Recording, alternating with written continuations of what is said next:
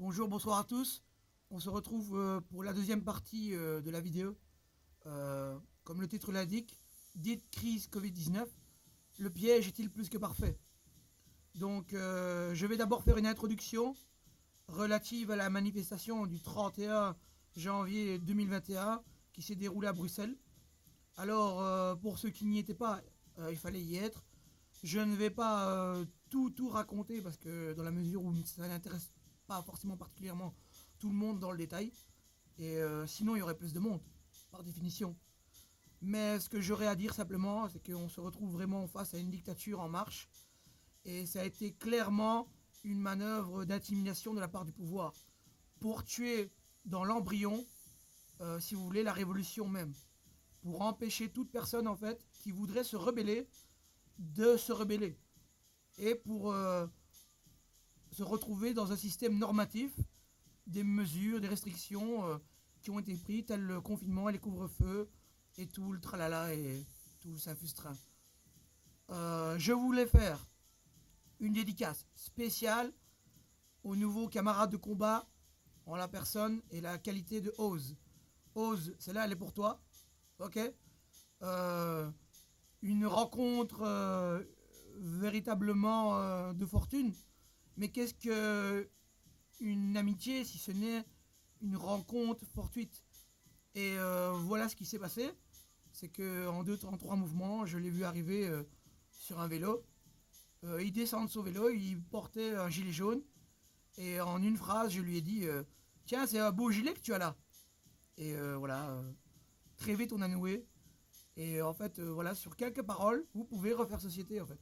N'hésitez pas vous à refaire société, à sortir de cet individualisme cristallisé qui a été orchestré de loin par les médias, par les GAFAM, etc., etc. Je voulais faire aussi une salutation à mes camarades néerlandophones qui ne comprendront peut-être pas mon français. Je voulais saluer Joey, Nick, Wiz et Kenny. Celle-ci, elle est pour vous aussi. Comme quoi, la fleur de l'amitié peut aussi éclore et s'épanouir en enfer. One Piece. One Piece.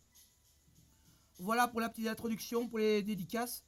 Normalement, je voulais dire aussi que le droit de manifester, que ce soit voulu ou pas par le pouvoir en place, par le bourgmestre en l'occurrence, est un droit fondamental garanti par la Constitution belge, article 19. Le droit de manifester est garanti. Donc c'est clairement un tour de force qu'ils ont essayé d'exercer contre nous. Ce n'est pas pour autant qu'il faut relâcher que ce soit le combat de terrain ou le combat de conscientisation. Il faut aller de l'avant. Ne pas arrêter pour autant vraiment de... Il ne faut pas se décourager, je veux dire. Hein, il ne faut pas baisser les bras. Moi-même, si vous voulez, j'ai été capturé par les forces de l'ordre et je me suis vu un peu chanceler. Je me suis dit, voilà, pourquoi tout ça? C'est une occasion aussi de se redonner de la force, ok, mais aussi de repenser peut-être la révolution. Révolutionner la révolution. Celle-là, elle est pour le chaman. Révolutionner la révolution. Repenser peut-être, ou alors monter d'un niveau, un cran supérieur à quoi faire pour être efficient. Parce qu'effectivement, si on nous tue comme ça rapidement après être arrivé, on sera de moins en moins en fait. Donc repenser la révolution. Voilà, ça c'était pour l'introduction globale. Je vais maintenant m'adonner à l'exercice, comme dans la première partie de la vidéo, d'essayer de penser vraiment jusqu'où va le piège. Est-il plus que parfait? Selon moi, oui. Je parlais de la dernière fois, si vous avez suivi ma première vidéo, je parlais effectivement, c'était l'une des mesures qui va être prise, qui a été voulue en amont. Et ça, je vous conseille d'aller voir Olivier Delamarche et Charles Gave pour ça, des économistes de renom et des hommes d'entreprise qui ont décidé de fournir une information quant à l'économie, une pédagogie quant à l'économie abordable à tous. Hein. Et donc, vous pouvez aller voir que très tôt, eux, en amont, ont vu, si vous voulez, la loi qui voudrait être voulue vraiment de manière ardente par toutes les multinationales et les entreprises du CAC 40 ou du Bel 20 qui veulent en fait effectivement in fine, même les gouvernements veulent in fine supprimer les monnaies fiduciaires, ok, donc les monnaies de papier et physique pièces, ok, donc ils veulent supprimer tout ça pour que dans le monde de demain, ben, effectivement, ben, on contrôlera tous vos faits et gestes, vos activités professionnelles, extra-professionnelles, on saura tout de vous, on saura quand vous rentrez chez vous, qu'est-ce que vous consommez en dehors de chez vous, quels sont vos loisirs, quelles sont vos sorties avec vos proches ou pas, etc. Et on contrôlera tout, on aura tout un système de contrôle sur vous parce que c'est la monnaie qui est en fait à l'origine de votre souveraineté, de votre liberté à vous déplacer dans un modèle qui est le modèle capitalisme. Donc ne pas oublier que à la fin de la toute fin, c'est ce qu'ils veulent faire. Ils veulent avoir un contrôle sur vous. Et si on prolonge le raisonnement et la perspective qui vous est ici dessinée, comme Olivier Delamarche le dit très bien, bah, le jour où vous voudrez vous faire une assurance, etc., ou un crédit, on vous dira, écoutez, monsieur, bah, on voit qu'ici, vous avez été un peu trop de restaurants de la malbouffe, des sorties un peu trop aisées, etc. On pourra dire aussi, avec le Big Data qui a été voté par le Conseil constitutionnel français, on vous dira que bah, vous avez un taux de cholestérol autant, vous avez des risques de diabète et vous êtes susceptible à mourir. Donc vous êtes en proie à avoir un mauvais taux ici et de là, peut-être aussi, je sais pas moi, un vice tel que l'alcool ou même la consommation de stupéfiants, bah, on vous dira, bah non, monsieur, on ne peut pas vous le garantir parce que vous êtes comme ça, comme ça, comme ça, comme ça. C'est le modèle de société de demain. Ne pas oublier.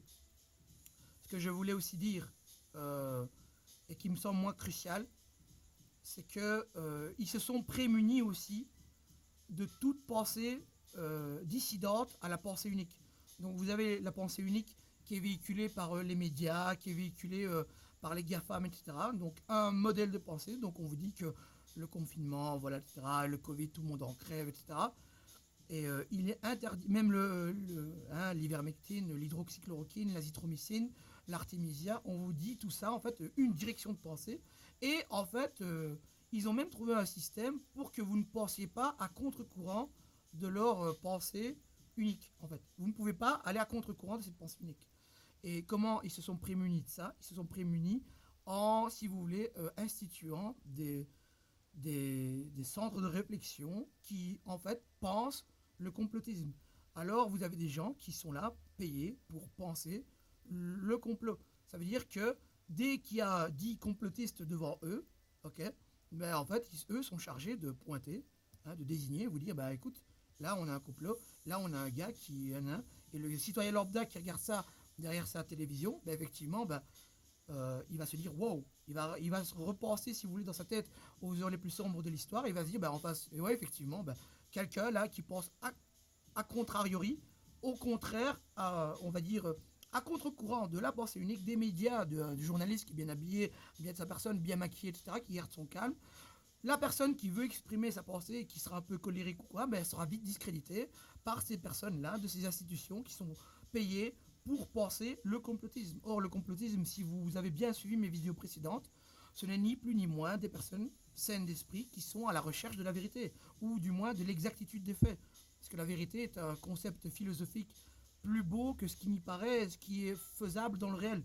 Sur le papier, c'est beau, c'est merveilleux, c'est noble, c'est tout ce que vous voulez.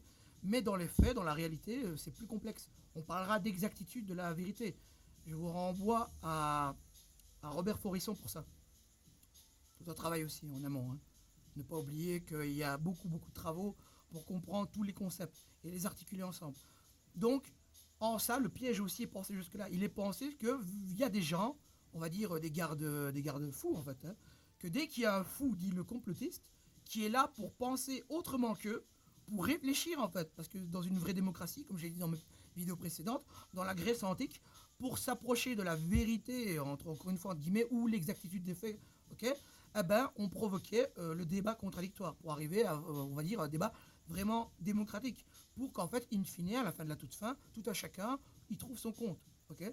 On provoquait la contradiction. Nous sommes maintenant en 2020, ok, en 2021, excusez-moi, où en fait la contradiction n'est plus amenée. On doit penser comme ça, on vous dit quoi penser, on vous dit qui pleurer, on vous dit quoi faire, comment vous habiller, quelle musique vous devez écouter, quel film vous devez regarder, quelle série vous devez regarder.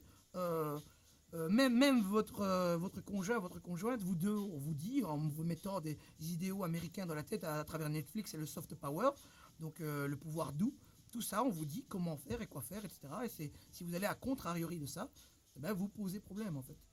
Donc on vous dit tout ça, même comment vous habillez, ça va très très loin en fait. Et en fait, vous rentrez dans un moule. Si vous sortez du moule, vous dérangez. Si vous dérangez, vous êtes mis au pas. Ça veut dire que vous sortez en fait du groupe.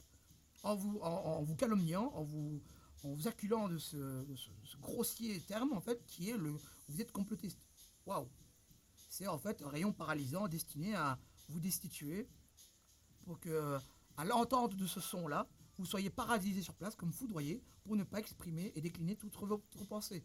Et quand bien même, en fait, vous serez porteur d'une bienveillance ou pour le bien commun, etc., que vous serez porteur, en fait, si vous voulez, de curiosité, simplement, hein, pour remettre en cause ce qui se passe, ben tiens, en fait, oui, la majorité a 13 ans, ça me semble. Chut, tu ne peux pas. Tu ne peux pas penser. C'est comme ça, pas autrement. Donc voilà où on en est. Bien comprendre ces choses-là. Bien comprendre que tout ça a été institué aussi pour que la pensée unique soit forgée, se cristallise. Et en ça, ce n'est pas une dérive de l'esprit de le penser, ce n'est pas une démence, loin de là. Loin de là. Je poursuivrai en disant qu'il me semble que les médias précipitent, allant dans cette course à la vaccination, etc., précipitent tout comme ça, avec une vitesse de rapidité sans précédent, une campagne promotionnelle, c'est une propagande avec de lourds moyens pour en fait, même si vous voulez, effacer le doute et rendre amnésique tout le monde. En précipitant la vaccination, en lisant partout que les ministres le disent, ça, que le gouvernement, les médias, tout le monde va le dire, même les médecins, et de concert, tout le monde fonctionne et avance ses pions en même temps, si vous voulez, ah ben, ça va créer une amnésie en fait. On va même plus, si vous voulez, se poser la question de hey, pourquoi je dois me faire vacciner en fait? Il y a des solutions naturelles. Il y a un passeport vert qui n'a jamais été fait pour les autres épidémies. Tiens, il y a des laboratoires qui sont prémunis des effets secondaires. Tiens, nous avons aussi les médecins qui sont prémunis des effets secondaires. Il y a des solutions naturelles. On va peut-être un peu calmer le jeu. Hein. On va peut-être un peu calmer le jeu et voir un peu réfléchir. Et en fait, dans la précipitation, dans la ferveur de la chose, ils essayent de faire passer à tout prix, comme ça, leur patate chaude, leur couinade en fait. Bien penser ça, bien se dire que là aussi en ça, le piège, il est là. Il est dans le fait que tout le monde se met de concert à faire avancer ses pions pour qu'en fait on comprenne moins la chose. Un peu comme dans un cas de figure où vous êtes dans un jeu de société et vous voulez que l'autre joue à tout prix, rapidement, pour pas qu'il voie que vous avez fait une couille précédemment. Comme Monopoly, si vous voulez, vous êtes au Monopoly, pour pas qu'on voit que vous êtes sur une telle case d'un des joueurs, pour ne pas payer, ben vous allez dire hey, on va se grouiller, joue là, vite fait, lance les dés, ouais, non c'est à ton tour. Hein. Et on va fâter pour ne pas en fait que l'un des autres joueurs voit que vous êtes bien chez lui pour ne pas payer. C'est une malice, c'est en fait c'est une façon fourbe et maligne d'agir, et voilà ce qu'il en est. Les médias ont recours à une sorte de chose ainsi, une machination. On pourrait parler de complot, une sorte de complot fin, plus léger. Ok. Je voulais aussi pointer avec vous, chers amis, chers web auditeurs, téléspectateurs, hein, les synonymes de la langue française sont riches, donc ne nous privons pas de cette richesse. Je voulais aussi dire qu'il me semble que dans les plateaux TV, je regarde beaucoup, si vous voulez, Interdit d'interdire avec Frédéric Tadei sur RT France,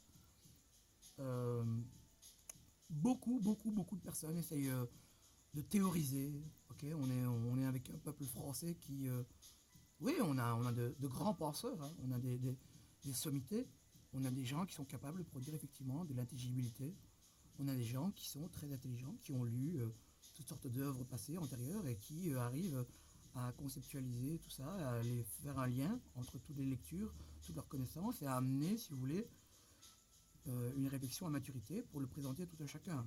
On a ça, c'est vrai.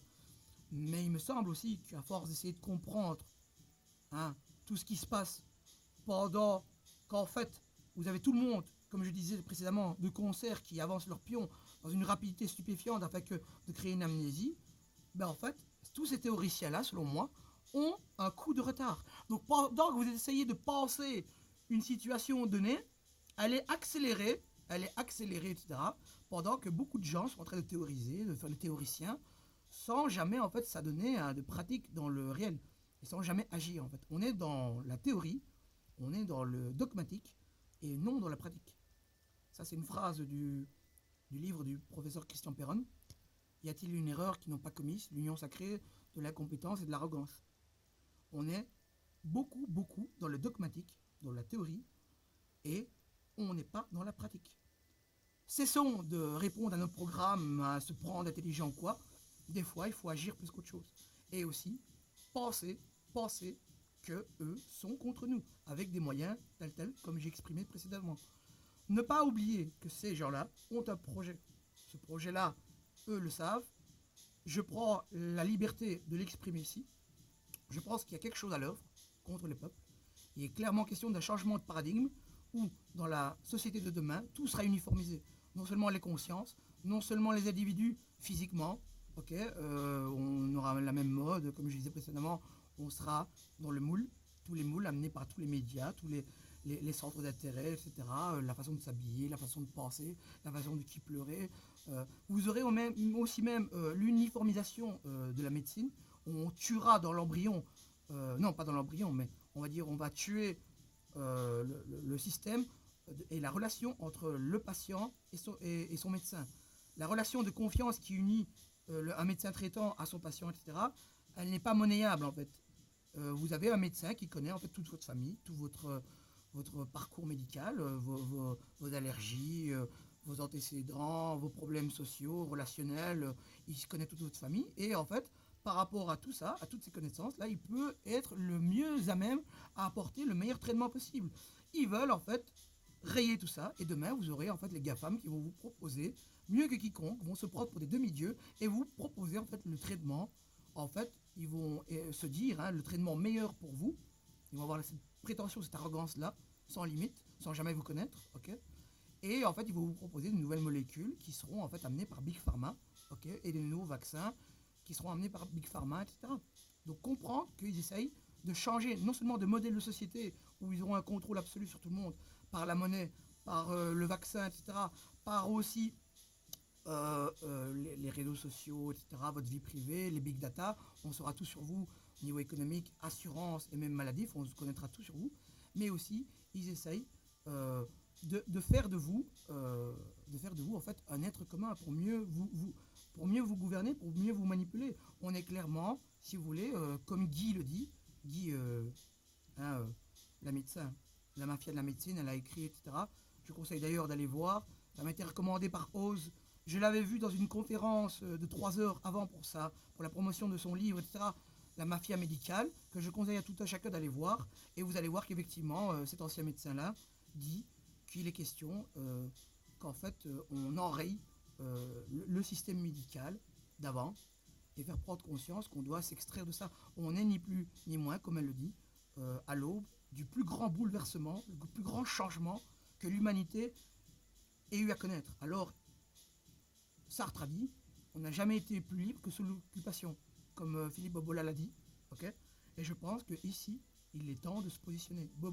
Sartre a dit que sous l'occupation, on est libre, ce qui voulait dire qu'on était en devoir de se positionner. Il est temps de se positionner, savoir en fait si vous voulez faire partie des suiveurs, des gens qui vont en fait suivre le troupeau, ou alors si vous voulez destituer le berger. Ça va être dur, la tâche est ardue, complexe, etc., compliquée, mais je veux dire en ça, ces gens-là ont des moyens considérables. Il est temps d'élever le niveau de conscience de tout un chacun pour qu'on agisse nous aussi de concert, qu'on comprenne qu'en fait, avec le nombre, ils peuvent rien faire. Et le jour, en fait, le jour de demain pour la révolution, il faudrait que effectivement le corps policier et militaire bascule de notre côté pour instituer un renversement concret. Sans ça, sans cette prise de conscience aussi du corps militaire et policier, on pourra ardemment mener notre tâche à bien. Refaire société d'abord, conscientiser tout le monde, après aussi éveiller le corps policier, militaire, médical aussi. Il faudra que les médecins rentrent en résistance et aussi ne fassent pas le vaccin ou alors délivrent des attestations fausses, quoi, pour qu'on dise qu'on se fait vacciner, mais alors qu'il n'y en ait rien. On doit rentrer en résistance avec tout le monde et après repenser le monde de demain, révolutionner la révolution, mais révolutionner le monde de demain. Est-ce qu'on doit aussi être asservi encore par le capitalisme et ses banques, par les gouvernants qui sont tout le temps cupides, etc., qui ne veulent en fait que penser pour leur intérêt personnel, ou c'est face je gagne et pile tu perds. Est-ce qu'on ne doit pas changer de paradigme et de modèle de société? On est assez intelligent maintenant pour avoir recours à autre chose. Repense à tout ça. Nous sommes à l'aube d'une uniformisation, je répète, de la société. Mais en quoi est-ce différent de vouloir construire la tour de Babel? Ces gens-là ont prétention, ont vocation à défier Dieu ou se prendre pour Dieu. Bien penser ça. Bien penser. Laissez mariner. Comprenez ce que je veux dire.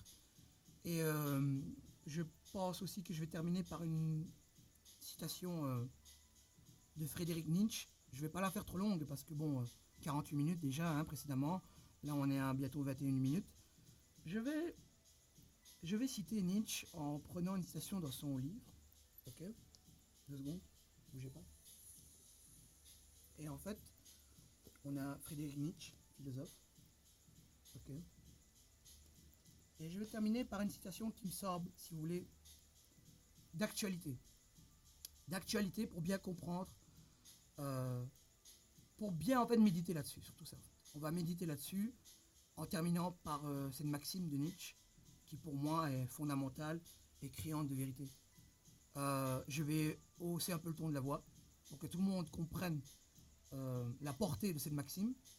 Friedrich Nietzsche, qui, je le rappelle, était philosophe et qui a fini incarcéré pour folie ou démence. Peut-être parce que justement, comme Pierre Desproges l'avait dit, comédien en temps de Coluche et Guy Bedos, comédien français à qui je salue la mémoire, il avait dit une maxime aussi pesante où il disait l'intelligence est l'outil qui permet à l'être humain de mesurer son malheur. Et quand, comme Nietzsche, vous le mesurez pleinement, il se peut que ça devienne un conflit intérieur intellectuel, parce que vous essayez de changer les choses, hein, et que en fait c'est dur de se rendre compte qu'on ne peut pas des fois. Et quand on finit isolé, ben, on peut être en proie à la démence, je le pense. Je le pense vraiment. Cette maxime, elle fait quelque chose comme: on a mal observé la vie, si l'on n'a pas vu aussi la main qui, avec 1000 ménagements, assassine. Ni plus ni moins. Ce que cette maxime veut dire, elle veut dire que si vous ne voyez que les bons côtés des médias, en vous disant que le gouvernement il est là pour vous, en prétextant que effectivement ben, c'est impossible qu'ils veulent notre malheur, etc. Tout en pensant qu'ils organisent la dette, tout en pensant qu'en fait ils organisent l'individualisme et la pensée unique, vous avez mal vu et perçu ce monde. A bientôt pour une prochaine vidéo. Ciao.